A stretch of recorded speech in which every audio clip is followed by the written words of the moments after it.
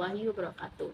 Halo semuanya, saya Tri Amanda Lubis dengan NIM 23017026. Di sini saya akan membuat tugas video mata kuliah Sejarah Sastra Indonesia, yaitu menganalisis unsur intrinsik dan unsur ekstrinsik pada novel Gadis Pantai karangan Pramudia Anantatur. Unsur intrinsik yang pertama yaitu ada tema. Berdasarkan analisis fakta kemanusiaan, kisah Gadis Pantai, maka dapat kita ketahui makna dan tujuan fakta kemanusiaan tersebut, yaitu sebagai respon subjek rakyat kecil, dalam hal ini diwakili oleh gadis pantai. Contoh kutipannya yaitu, matilah dia berani tolak perintahnya bupati mantri, semua priayi, apalagi orang kecil yang ditakdirkan jadi kuli. Berdasarkan fakta analisis kemanusiaan di atas, saya mengambil tema yaitu kritik sosial pada penguasa yang otoriter. Yang kedua, tokoh dan penokohan. Tokoh yang pertama dalam novel Gadis Pantai ini yaitu ada gadis pantai. Dia memiliki karakter atau watak yaitu penurut, penakut, penyayang, polos, dan pengalah, seperti pada kutipan berikut ini. Bilang Pangestu, emak mendesak. Pangestu bapak, gadis pantai jadi ketakutan. Aku juga sayang mbok, katakanlah padaku kalau aku keliru. Aku ini mbok, aku ini orang apa? Rendahan, atasan? Yang kedua ada Bendoro. Bendoro memiliki karakter atau watak yaitu kasar, pengancam, kejam, sombong, keras, dan pengatur, seperti pada kutipan berikut. Tapi segera dilihat mereka, Bendoro dengan kasar sedang lemparkan pandang ke arah mereka. Mereka menunduk kembali. Siapa tidak mengerti, Bendoro bertanya dengan suara mengancam. Pergilah kau, pergi. Aku tak sudi lihat tampangmu lagi seumur hidup. Pergi. Tokoh yang ketiga yaitu Bapak. Bapak memiliki karakter atau watak yaitu pemarah, seperti pada kutipan berikut. Dengan amarah, tanpa daya Bapak mendesak. Ngerti tidak kau, tahu apa itu haid? Tokoh yang keempat yaitu Bujang. Bujang memiliki karakter yang sopan dan baik, seperti pada kutipan berikut. Bujang itu tertawa sopan. Minyak wangi mas nganten. Mari mas nganten, ganti pakaian ini. Dan tokoh yang terakhir yaitu Emak. Emak memiliki karakter yang lembut, seperti pada kutipan berikut ini. Segalanya harus dipelajari, nak. Lama-lama kau akan suka. Ketiga ada alur. Adapun alur yang terdapat dalam novel Gadis Pantai ini yaitu alur maju. Apabila kita uraikan, yaitu dari awal mula gadis pantai menjadi kembang desa di kampungnya sebab kecantikannya, kemudian ia dilamar oleh seorang pembesar. Adapun kemudian gadis pantai dinikahi sebagai istri sementara. Sampai suatu hari gadis pantai mempunyai anak, kemudian diceraikan. Setelah diceraikan, gadis pantai dipaksa untuk pergi dan meninggalkan anaknya. Yang keempat adalah latar. Latar terbagi menjadi 3. Yang pertama adalah latar tempat, seperti pada kutipan berikut ini. Mereka sedang menghirup udara pagi di kebun belakang. Latarnya yaitu di kebun. Dan kutipan yang kedua yaitu, sekarang Mas Nganten seorang wanita utama, tinggal di gedung sebesar ini. Latarnya yaitu di gedung. Kemudian ada latar waktu, seperti pada kutipan berikut ini.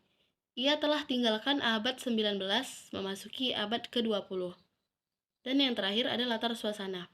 Latar suasana seperti pada kutipan berikut ini, yaitu gadis pantai tersadar sekarang betapa takutnya ia pada kesunyian, pada keadaan tak boleh bergerak. Ia takut. Ia tak pernah diajar menggunakan bahasa yang biasa dipergunakan di kota. Ia diam saja. Kembali gadis pantai tertawa senang. Dari kutipan-kutipan di atas dapat disimpulkan yaitu latar tempat tinggal keluarga gadis pantai atau tempat rakyat kecil pada umumnya. Dan latar tempat kedua ialah latar tempat tinggal Bendoro. Sedangkan latar waktunya menunjukkan waktu berlangsungnya cerita, tetapi tidak disebutkan secara rinci. Dan yang terakhir adalah latar suasananya terbagi menjadi 2, yaitu yang bercorak positif dan bercorak negatif. Yang bercorak positif seperti rasa senang, gembira, dan yang bercorak negatif seperti rasa takut, cemas, dan sedih. Yang kelima ada sudut pandang. Sudut pandang pada novel Gadis Pantai ini yaitu memakai sudut pandang orang ketiga serba tahu. Adapun sudut pandang ini pengarang di luar teks menyebut tokoh-tokoh dengan kata ganti orang ketiga atau menyebut nama, seperti pada kutipan berikut. 14 tahun umurnya waktu itu. Kulit langsat, tubuh kecil mungil, mata agak sipit, hidung ala kadarnya.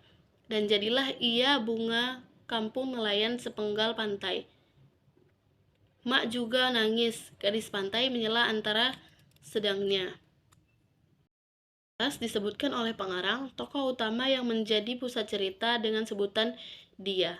Hal tersebut berarti pengarang menggunakan pronomina persona ketiga, yaitu dia, ia, dan nya, untuk menyebutkan tokoh utama. Dan yang keenam, ada gaya bahasa. Adapun gaya bahasa yang digunakan dalam novel Gadis Pantai ini berupa majas dan gaya bahasa retoris berupa pencitraan. Seperti pada kutipan berikut ini. Yang pertama ada majas simile. Tertinggal gadis pantai seorang diri dalam ruang besar yang tak pernah diinjaknya. Semula, laksana seekor tikus di dalam perangkap. Yang kedua, ada majas metafora, yaitu seperti pada kutipan berikut ini. Dinding-dinding batu tebal itu bisu kelabu tanpa hati. Dan majas yang terakhir yaitu majas personifikasi, seperti pada kutipan berikut ini. Tapi lapar tetap membelit-belit dalam perutnya. Kemudian ada peribahasa dan pencitraan. Berikut beberapa kutipan penggunaan peribahasa dan pencitraan. Yang pertama, peribahasanya berakit-rakit ke hulu, matilah pelanduk bila 2 ekor gajah sedang bertarung. Yang kedua ada pencitraan penglihatan, yaitu seperti 14 tahun umurnya waktu itu. Yang ketiga ada pencitraan penciuman, yaitu dan beberapa hari setelah itu sang gadis harus tinggalkan dapurnya, suasana kampungnya sendiri dengan bau amis abadinya. Dan yang terakhir ada amanat. Amanat dalam novel Gadis Pantai ini, Pramudia Anantatur menyampaikannya secara tersirat. Pesannya ialah mengenai kesetaraan hak perempuan. Novel ini mengingatkan kita bahwa budaya bangsawan selalu mengiring kita bagaimana ketimpangan hak dan ketidakadilan, serta bagaimana perjuangan yang ditempuh untuk mendapatkan kembali hak-hak tersebut. Yang kedua ada unsur ekstrinsik. Unsur ekstrinsik yang pertama yaitu pendekatan ekspresif. Pramudia Anantatur lahir di Blora, Jawa Tengah pada 6 Februari 1925 sebagai anak sulung dari Bapak Mastur dan Ibu Omi Saidah. Pramudia Anantatur terlahir di kalangan keluarga yang terdidik dan religius. Pramudia Anantatur pernah bekerja sebagai juru ketik di kantor berita Jepang Domei. Pramudia Anantatur merupakan pengarang yang produktif. Novel Gadis Pantai ini ditulis oleh Pramudia Anantatur pada tahun 1962 sampai 1965 dan mula-mula terbit sebagai cerita bersambung dalam lampiran kebudayaan Lentera.